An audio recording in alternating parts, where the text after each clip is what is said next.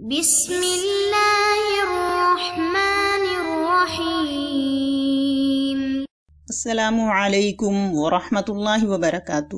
امید ہے کہ آپ سب اللہ کے فضل و کرم سے خیر و عافیت سے ہوں گے اور ایمان کی بہترین حالتوں میں ہوں گے۔ آج ہم کتاب سنن نبی داؤد کا سبق نمبر 38 پڑھ رہے ہیں، جس کا عنوان ہے قسم اور نظر کے احکامات اور مسائل کا بیان۔ تو دیکھیے، جیسا کہ ہم کتاب الایمان والنذور پڑھ رہے ہیں اور اسی کے ضمن میں ہم نے قسم کے جتنے بھی احکامات تھے اور مسائل تھے ان کو تفصیل کے ساتھ پڑھا تھا، اور اب نظر کے احکامات کو ہم پڑھ رہے ہیں۔ تو اسی کے ضمن میں یہ والا باب دیکھیے،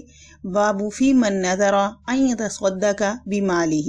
یعنی کہ اپنا سارا مال اللہ کی راہ میں صدقہ کرنے کی نظر کرنا، اس کا کیا حکم ہے۔ مثلا کوئی شخص یوں کہے کہ میرا فلاں کام ہو گیا تو میں اپنا سارا مال صدقہ کروں گا، تو اس مسئلے میں مالکیہ اور حنابلہ کے نزدیک ثلث مال کا صدقہ کرنا جو ہے وہ ضروری ہے، اور شافعیہ کے نزدیک تمام مال کا صدقہ کرنا ہے، اور حنفیہ کے نزدیک اگر اس کے پاس اتنا مال ہو جس پر زکوٰۃ واجب ہوتی ہے، مثلا دراہم ہو، دنانیر ہو، تو پھر اس میں نظر اسی پر محمول ہوگی، یعنی تمام مال جو ہے وہ صدقہ کرے۔ اگر مال زکوٰۃ نہ ہو، یعنی اتنا مال نہ ہو جس پر زکوٰۃ واجب نہیں ہوتی، تو پھر دوسرے مال پر نظر محمول ہوگی، اس سب کا صدقہ کرے۔ اور امام محمد رحمہ اللہ کے نزدیک قوت کے بقدر مال روک لے، بقیہ کا صدقہ کر دے، پھر جب اور مال آ جائے اور پھر بقیہ جو ذمے ہو اس کو ادا کر دے۔ حدیث کی عبارت دیکھیے، وبه قال حدثنا سليمان بن داود وابن السرح قال حدثنا ابن وهب قال أخبرني يونس قال ابن شهاب فأخبرني عبد الرحمن بن عبد الله بن كعب بن مالك أن عبد الله بن كعب وكان قائد كعب من بنيه حين عمي عن كعب بن مالك رضي الله تعالى عنه قال قلت یا رسول اللہ ان من توبتی ان انخلع من مالی صدقة الى اللہ والى رسولہ قال رسول اللہ امسک علیک بعد مالک فهو خیر لک قال فقلت انی امسک سہمی الذی بخیبر۔ حضرت کعب بن مالک رضی اللہ تعالی عنہ سے روایت ہے کہ میں نے عرض کیا، یا رسول اللہ، میری توبہ یہ ہے کہ میں اپنا تمام مال جو ہے وہ اللہ اور اس کے رسول کے لیے صدقہ کر دوں اور صدقہ کر کے اس سے الگ ہو جاؤں۔ آپ صلی اللہ علیہ وسلم نے فرمایا، کچھ مال اپنے لیے بھی رکھو کیونکہ یہ تمہارے حق میں بہتر ہے۔ وہ کہتے ہیں کہ پھر میں نے عرض کیا کہ ٹھیک ہے، میرا جو حصہ خیبر میں ہے وہ میں اپنے لیے رکھ لیتا ہوں۔ اگلی حدیث کی عبارت دیکھیے، وبی قال حدثنا محمد بن یحییٰ قال حدثنا حسن بن الربیع قال حدثنا ابن ادریس قال ابن اسحاق قال حدثنا الزهري عن عبد الرحمن بن عبد الله بن كعب عن أبيه عن جده في قصته قال قلت يا رسول الله إن من توبتي إلى الله أن أخرج من مالي كله إلى الله وإلى رسوله صدقة قال لا قلت فنصفه قال لا قلت فثلثه قال نعم قلت فإني سأمسك سہمی من خیبر۔ حضرت کعب بن مالک سے اسی قصے میں ایک روایت یوں بھی ہے کہ وہ فرماتے ہیں کہ میں نے عرض کیا، یا رسول اللہ، اللہ سے میری توبہ یہ ہوگی کہ میں اپنے تمام مال سے الگ ہو جاؤں اور اس تمام مال کو اللہ اور رسول کے لیے صدقہ کر دوں۔ آپ صلی اللہ علیہ وسلم نے فرمایا، ایسا مت کرو۔ میں نے عرض کیا، اچھا تو پھر آدھا مال صدقہ کر دوں؟ آپ صلی اللہ علیہ وسلم نے فرمایا، ایسا بھی مت کرو۔ میں نے پھر عرض کیا، تو پھر میں تہائی مال صدقہ کیے دیتا ہوں۔ آپ صلی اللہ علیہ وسلم نے فرمایا، ہاں یہ ٹھیک ہے۔ بس میں نے خیبر والا حصہ اپنے لیے رکھ لیا اور باقی تمام مال صدقہ کر دیا۔ تو دیکھیے، اس حدیث میں یعنی حدیث الباب میں ثلث مال کی جو ہے وہ حکم کیا گیا ہے، یعنی ثلث مال کا صدقہ کرنے کا حکم دیا گیا ہے۔ یہ شوافی اور حنفیہ کے خلاف ہے۔ تو اس کا جواب یہ ہے کہ اس حدیث الباب میں نظر کا ذکر نہیں ہے، حضرت کعب بن مالک رضی اللہ تعالی عنہ تو آپ صلی اللہ علیہ وسلم سے مشورہ لے رہے ہیں کہ میرے خیال میں میری توبہ کی تکمیل یہ ہے کہ میں اپنا سارا مال صدقہ کر دوں۔ اس پر آپ صلی اللہ علیہ وسلم نے کچھ روکنے کا حکم دیا، اور اگر یہ تسلیم کر بھی لیا جائے کہ ان کی مراد نظر ہے اور ان کی نیت یہ ہو کہ میں نے اپنی توبہ کی تکمیل میں اپنے پورے مال کا جو ہے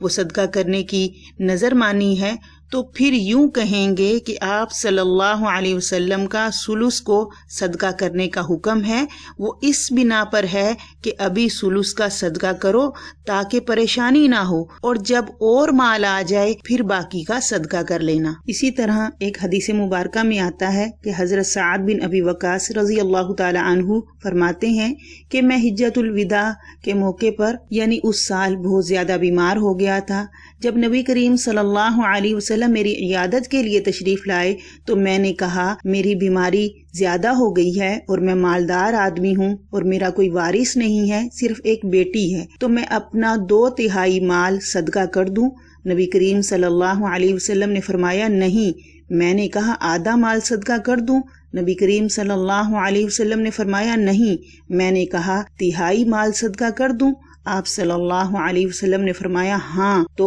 یعنی کہ 1/3 مال صدقہ کرنے کا آپ صلی اللہ علیہ وسلم نے حکم فرمایا، اور فرمایا 1/3 بھی بہت ہے، یعنی کہ تم اپنے ورثاء کو مالدار چھوڑ کر جاؤ، یہ اس سے بہتر ہے کہ تم ان کو فقیر چھوڑ کر جاؤ اور وہ لوگوں کے سامنے ہاتھ پھیلاتے رہیں، اور تم جو بھی خرچہ اللہ کی رضا کے لیے کرو گے، یعنی ان پر جو بھی خرچ کرو گے اس پر تمہیں اللہ کی طرف سے اجر و ثواب ملے گا، حتیٰ کہ تم جو لقمہ اپنی بیوی کے منہ میں ڈالو گے اس پر بھی تمہیں اجر ملے گا۔ اس لیے اپنے اہل و عیال کے لیے حصہ رکھو اور 1/3 مال کو اللہ کی راہ میں خرچ کر دو۔ اسی طرح اللہ رب العزت اور نبی کریم صلی اللہ علیہ وسلم کی رضا اور اجر و ثواب کے لیے اپنے گھر والوں، رشتہ داروں اور شرعی فقیروں، مسکینوں، یتیموں اور مسافروں پر اور دیگر مسلمان پر اور ہر جائز اور نیک کام پر خرچ کرنا حلال اور جائز ہے، اور یہ خرچ کرنا اللہ کی راہ میں خرچ کرنا ہی کہلاتا ہے، جیسا کہ قرآن پاک میں بھی آتا ہے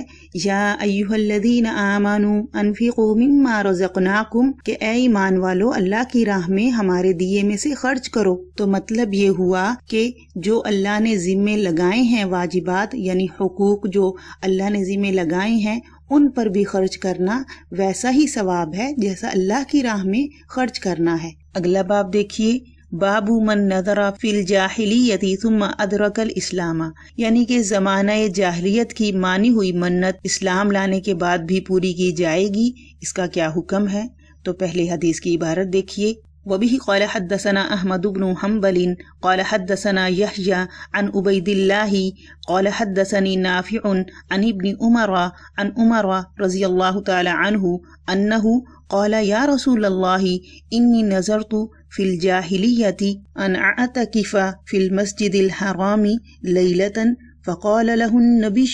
صلی اللہ علیہ وسلم اوفی بنذرک۔ حضرت عمر رضی اللہ تعالی عنہ سے روایت ہے کہ میں نے عرض کیا یا رسول اللہ، میں نے زمانہ جاہلیت میں یہ منت مانی تھی کہ میں ایک رات کے لیے مسجد حرام میں اعتکاف کروں گا۔ آپ صلی اللہ علیہ وسلم نے فرمایا تو پھر اپنی منت پوری کرو۔ تو دیکھیے اس حدیث سے معلوم ہوا کہ کافر نے حالت کفر میں جو نظر مانی ہو اسلام لانے کے بعد اسے پورا کرنا ضروری ہے، بشرط یہ کہ غیر شرعی نہ ہو۔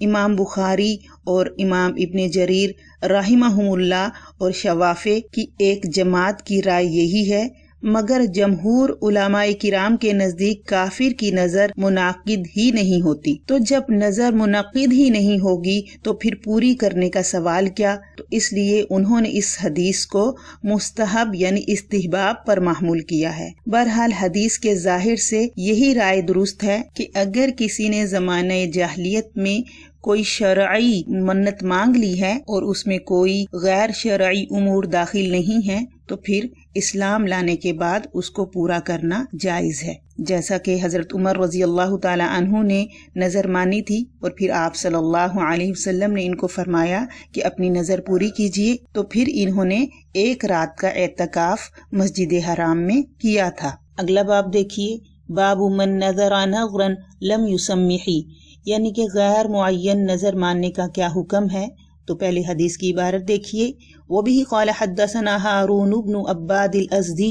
قال حدثنا ابو بکر یعنی ابن عیاش عن محمد مولى المغیرة قال حدثني كأبو بن القمة عن ابی الخیر عن عقبة بن عامر رضی اللہ تعالی عنہ قال قال رسول اللہ صلی اللہ علیہ وسلم کفارۃ النذر کفارۃ الیمین، یعنی کہ حضرت عقبہ بن عامر رضی اللہ تعالی عنہ سے روایت ہے کہ نبی کریم صلی اللہ علیہ وسلم نے فرمایا نظر کا کفارہ وہی ہے جو قسم کا ہے۔ تو دیکھیے یہاں پر یہ فرمایا کفارۃ النذر کفارۃ الیمین،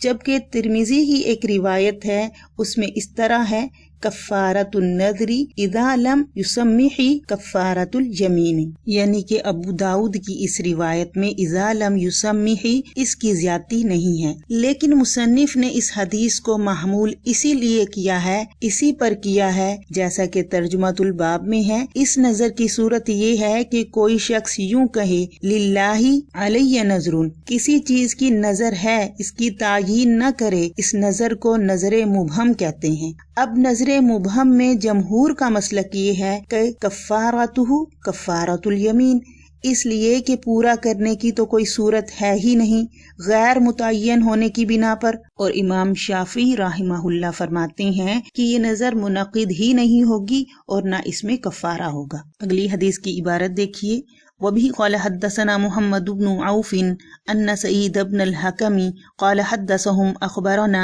يحيى يعني ابن ايوب قال حدثني ابو بن القمة انه سمع ابن شماسة عن ابي الخير عن عقبة بن عامر رضي الله تعالى عنه ان النبي صلی اللہ علیہ وسلم مثله، حضرت عقبہ بن عامر سے ایک دوسری سند کے ساتھ اسی طرح یہ روایت مروی ہے۔ ہمارا آج کا سبق یہاں مکمل ہوا، انشاءاللہ اگلے سبق کے ساتھ پھر حاضر ہوں گے۔ والسلام ورحمۃ اللہ وبرکاتہ۔